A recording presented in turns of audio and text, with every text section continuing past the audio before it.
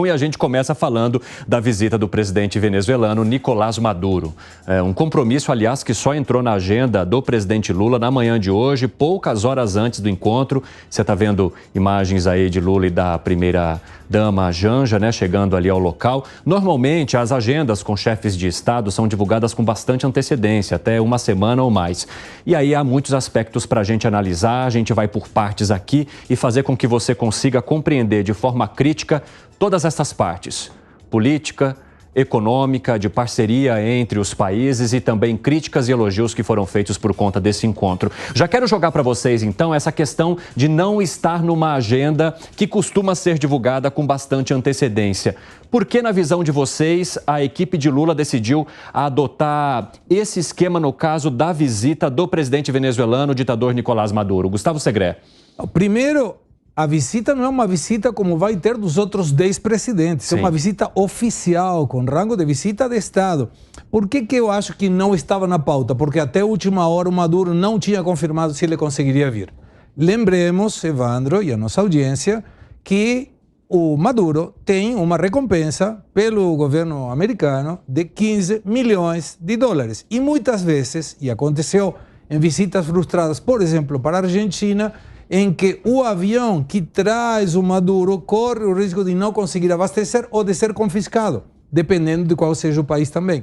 Então, a minha impressão é que não confirmavam até a última hora por causa dessa dúvida se o Maduro poderia vir tranquilo. E você, Piperno, por que acha? Eu acho que não foi confirmado toda essa pompa por conta do constrangimento que é a visita do Maduro, recebido em uma visita oficial, como chefe de Estado e tal, com toda a pompa, acaba provocando. Eu me lembro que na sexta-feira, na despedida aqui do programa, eu disse, olha, semana que vem o Maduro vem aí, então vamos ter muito assunto pela frente e tal. Mas eu acho que essa visita em caráter oficial não foi divulgada exatamente pelos danos políticos, pelo constrangimento que certamente ela provocou. Você enxerga constrangimento também, Alan Gani? E esse seria o motivo dessa inclusão assim, de última hora? Olha, tá chegando aí.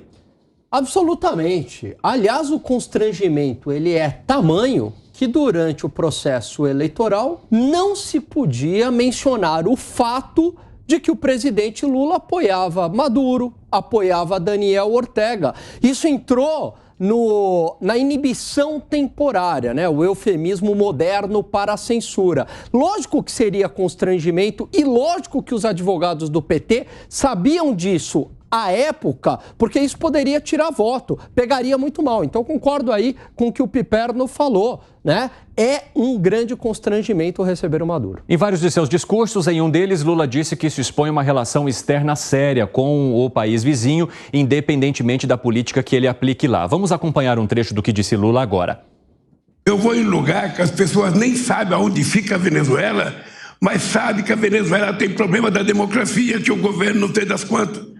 Então é preciso que você construa a sua narrativa e eu acho que por tudo que nós conversamos, a sua narrativa vai ser infinitamente melhor do que a narrativa que eles têm contado contra você. E os nossos adversários vão ter que pedir desculpa pelo estrago que eles fizeram na Venezuela. Fábio Piperno, Lula entrou num campo perigoso ali, relativizando essa política de ditadura da Venezuela ao lado de Nicolás Maduro? Esse foi, sem dúvida nenhuma, um momento muito ruim do Lula. Primeiro, assim, quem conhece aqui sabe que desde sempre eu disse que jamais na minha vida profissional, jamais em momento algum da minha carreira, eu vou apoiar qualquer tipo de ditadura, seja ela direita ou esquerda. E o Maduro, ele é um ditador sórdido. Isso tem que ser dito com todas as letras.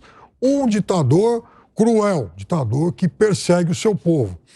Eu sei que na Venezuela, por exemplo, em 2002, tentaram dar um golpe naquele momento numa Venezuela democrática, tentando derrubar o Chávez. Conseguiram por 3 dias.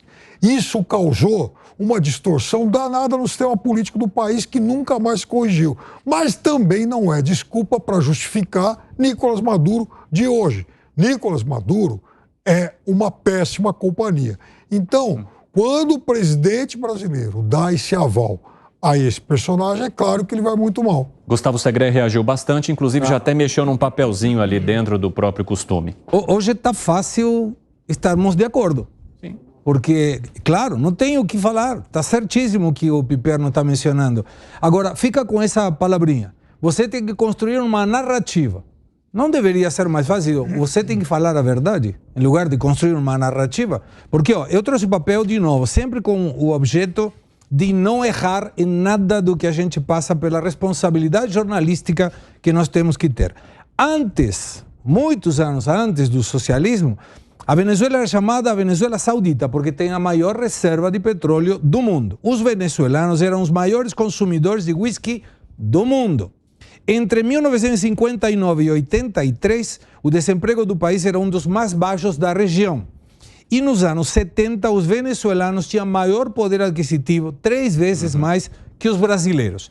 E hoje, depois desse personagem aí, Maduro, 94,5% da população está por baixo da linha de pobreza.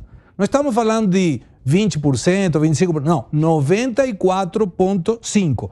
6 milhões de venezuelanos saíram porque eles estão sem conseguir comer. Há 2 anos atrás, a população baixou de peso por causa de fome. E tem muitos exemplos de animais do zoológico que eram pegos para ser comidos, devorados pela população. A inflação de 2020 foi 2.959%, 2021 686,4%, 2022 já foi melhor, 114%. Salário mínimo, $39, incluindo $10 de ajuda social. Não tem coisa no supermercado, as multinacionais foram fora. Isso é um país, e deve dinheiro para o BNDES. Esse é um país amigo? Pelo amor de Deus. Gani. Não, é uma catástrofe econômica, eu concordo aí com o que o Piperno falou, mas agora o Maduro, ele é cria do Chaves também, assim como a Dilma é cria do Lula, né? É o mesmo movimento, é o movimento do Foro de São Paulo. O Maduro só é o Chaves turbinado. Ele é um ditador e essa ditadura tem o seu preço na economia. Só complementando o que o Segré falou, grandes números aqui, queda de PIB em 2017, vou arredondar, 15%, 2018, 19%, 2019, 27%. Se numa pandemia que cai 4%, a gente já viu que o estrago que é, imagine uma queda de PIB de 27%. Inflação. 2017, 862%. 2018, 130.000%. Eu vou repetir, 130.000%. 2019, 9.585%. O país está completamente destruído. É isso que uma ditadura faz, né? Destrói a economia, destrói as liberdades, destrói a propriedade privada. E o Brasil flerta com este modelo atualmente, flerta com esse tipo de ditador atualmente. Bom, eu quero trazer também a fala de Nicolás Maduro, que disse que espera menos ideologia diplomática nessas relações externas, não só especificamente com o Brasil, mas com outros países também. Vamos acompanhar. Lula, essa ideologização extrema das relações internacionais é um fenômeno de aplicação de fórmulas extremistas que consiste na aplicação de fórmulas extremistas que vão para a direita e buscam qualificar as relações, dividindo-as, subdividindo-as e atropelando-as.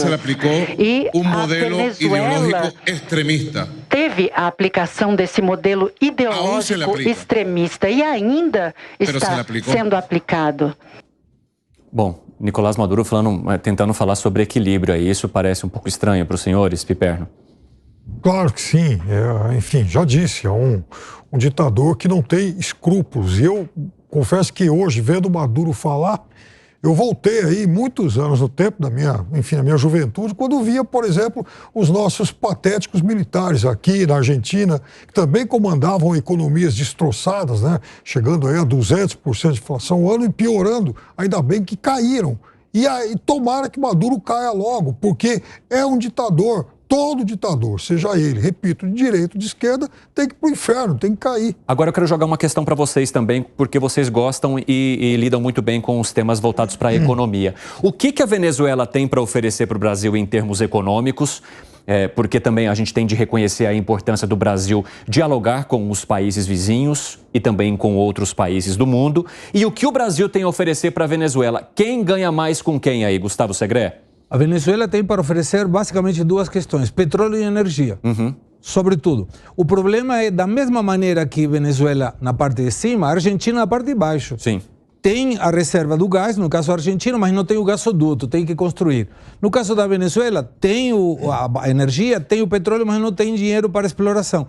E o que o Brasil pode dar? Todas as questões do agro. O grande problema é a possibilidade de não pagamento por parte dos importadores venezuelanos, lembrando que não tem dólares e que muitas vezes o governo intercede na economia, atrapalhando tudo. Então é de alto risco qualquer exportador brasileiro mandar o que quer que seja para a Venezuela. Você vê um risco muito grande de negociações, embora que importantes, ou de um risco do Brasil tomar calote desse país vizinho, Alan Gani? Com certeza, Evandro. Como já ocorreu no passado, o BNDES emprestou dinheiro para a Venezuela com taxas subsidiadas com o dinheiro dos nossos impostos, com uma taxa de juros bem baratinha, emprestou e metade, basicamente, não recebeu ainda e não vai receber, porque a economia da Venezuela está destruída. Nem que eles queiram pagar, eles não têm condições de pagar.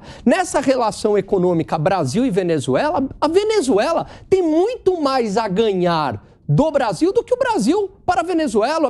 O Brasil vai vender o quê para a Venezuela? Pô, a Venezuela não tem dinheiro. Agora, eles podem vender petróleo para a gente, por exemplo. Mas isso significa que o Brasil não deveria fazer negócios com a Venezuela, Fábio Piper? Aí é um outro campo.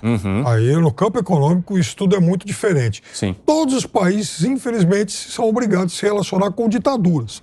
E essa é uma ditadura vizinha, inclusive com quem o Brasil tem uma série de relações. Até mesmo na questão do tráfico de pessoas. Tem muita gente da Venezuela que veio para cá. A Venezuela deve dinheiro para o Brasil, enfim, há relações. Por exemplo, a China é uma ditadura. É a China que basicamente mantém a economia do Brasil em pé. Ou seja, você é obrigado a se relacionar com ditaduras em qualquer momento da vida. O Brasil se relaciona com as ditaduras do Oriente Médio. Aliás, Bolsonaro foi lá, né? Chamou o assassino Mohammed bin Salman de meu quase irmão e ganhou até alguns colares, aliás, alguns estojos de joias. O fato é, relação com ditadura é uma coisa. Você tratar o ditador com toda a pompa, aí é diferente e é um exagero dispensável. Inclusive, né, Nicolás Maduro não vinha para o Brasil desde 2015. Teve um último encontro com Dilma Rousseff lá atrás. Depois, Jair Bolsonaro, ao entrar no poder em 2019, proibiu que qualquer autoridade venezuelana viesse ao país. E essa proibição foi derrubada agora com o retorno de Lula ao poder. Como é que você vê essas questões, então, que separam o que é economia e o que é importante do vem aqui, meu amigo, você vai ser muito acolhido aqui no nosso país? Sim, bem aqui, meu amigo, você vai ser acolhido no país, mas esquecem, por exemplo, que o Brasil ajudou muito os venezuelanos que tiveram que fugir. Foram quase 1 milhão de venezuelanos que entraram por Roraima numa operação que chamava Operação Acolhida, que dava documentação, possibilidade de que sejam vacinados, permitiam que eles tivessem a oportunidade de trabalho, de um trabalho digno e que pudessem recomeçar. Isso é o que fazia o Brasil um país amigo dos venezuelanos, não da ditadura do Maduro. E isso aí parece que ninguém fala. Pô, isso não foi uma questão do Lula, foi uma questão de Estado brasileiro. Nesse momento não interessava se era Bolsonaro, Lula ou quem fosse. Era uma questão de acolhida. A parte dos 6 milhões de venezuelanos que tiveram que fugir, deixando tudo. E para fechar, eu fui convidado em 2021 para dar uma palestra em Caracas. Aí eu falei, bom, vou lá, não conheço, vamos lá. E me avisaram imediatamente, não é bom que você venha. Por quê? Por uma questão de segurança. Porque ideologicamente a minha posição não era bem-vinda e corria risco se eu entrava em Caracas. Olha o que é a ditadura. Agora, Gani, você fez uma crítica muito grande ao fato das relações comerciais com o Brasil e Venezuela pela possibilidade de calote. Mas isso significaria que o Brasil não devesse ou não pudesse insistir nessas relações que são importantes entre países vizinhos, como mencionou aqui o Fábio Piperno? Boa, deixa eu pegar um gancho aí do que o Piperno falou. De fato, o dinheiro ele é capaz de fazer com que as ideologias fiquem em segundo plano, saiam negócios, foi assim durante toda a história da humanidade, diferenças religiosas também acabam ficando de lado. Mas o ponto aí é que, por exemplo, o Brasil emprestou dinheiro para a Venezuela não às taxas que refletissem o risco daquele país. Esse é o ponto. Não era uma relação simplesmente pragmática e econômica. As taxas de juros emprestadas para a Venezuela eram a taxas abaixo do mercado. Ou seja, por quê? Porque era o amiguinho do Foro de São Paulo. Em outras palavras, não é apenas uma questão econômica, como numa negociação com a China, com a Arábia Saudita. Existe uma questão ideológica por trás e a grana do BNDES ajudou a fomentar essa ditadura venezuelana. Porque esse dinheiro foi para a Venezuela durante esse período. Então é isso que a gente tem que pensar também. Piperno, você acredita que o BNDES ajudou a financiar essa ditadura venezuelana? É claro que qualquer dinheiro que entre em um país que tem uma economia precária, ainda mais um país no qual uma espécie de um monolito político se instalou no poder, é óbvio que esse dinheiro vai ajudar sim. Agora, também, naquele momento, foi do interesse de empresas brasileiras, que acabaram sendo as escolhidas para fazer essas obras, como, por exemplo, o metrô de Caracas. Tá? Odebrecht, por exemplo. Lógico, estava no meio de uma bagunça aí federal.